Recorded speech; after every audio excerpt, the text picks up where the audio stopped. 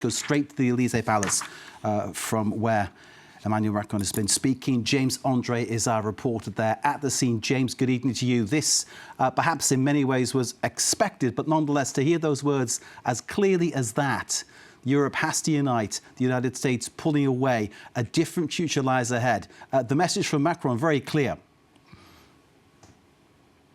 Yeah, a very strong and clear message from Emmanuel Macron. Very clearly what he's trying to do here is mobilise the French, get them behind him in this new world we are indeed facing. The President said it quite clearly that, you know, the recipes of the past cannot be applied to what is happening now. He did outline what the objectives of this summit that is going to take place, the European summit that's going to take place tomorrow, are going to be. He did explain that there were going to be new tools available, that indeed the deficit rules that had been in place in the European Union were going to be lifted for military spending, also saying that there would be unprecedented amounts of money injected into building a European defence. He also reminded everyone that it is something he's been asking and calling for over the past 8 years. For the people following French politics, you know, this started in the Discours de la Sorbonne back in 2017, and it is something that's been constant in the President's message, that there is a need for independence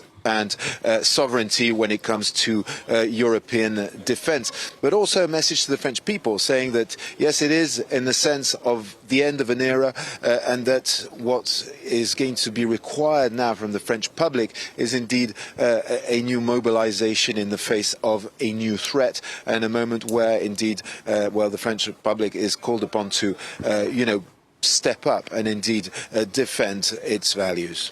Indeed, James, one of the things that Macron did point out there is that there will be no tax rises. He was saying that the spending that is envisaged, and I think it's looking at the graph that he put up there during his speech, it's something like a 20 billion euro increase in spending from now until 2030 to back this remilitarization that he is launching right now. He was saying that would be private-public funding, no tax increases. Now, that is a big thing to say. I wonder how realistic that might be. Well, look, I mean, these are going to be all the question marks that are now on the table. He said that indeed he didn't want tax raises, but he said there would be sacrifices and there would be decisions to be made. He also said that he wanted to see the country reindustrialize, and he said he wanted to see this reindustrialization to take place across all the regions of France. Basically, he said what we need is to have an integrated system where indeed there is European investment for European production, European products, and complete sovereignty when it comes to the complete chain, if you will, of production for these new military tools that are now required in the face of a renewed Russian threat. He actually outlined that threat, explaining that he said that Russia cannot be trusted at face value. You know, there was this graph where he showed how Russian investment was on the rise, how many tanks, planes, men, indeed, Vladimir Putin's Russia was recruiting and producing at the time we are speaking, basically outlining the risk that stood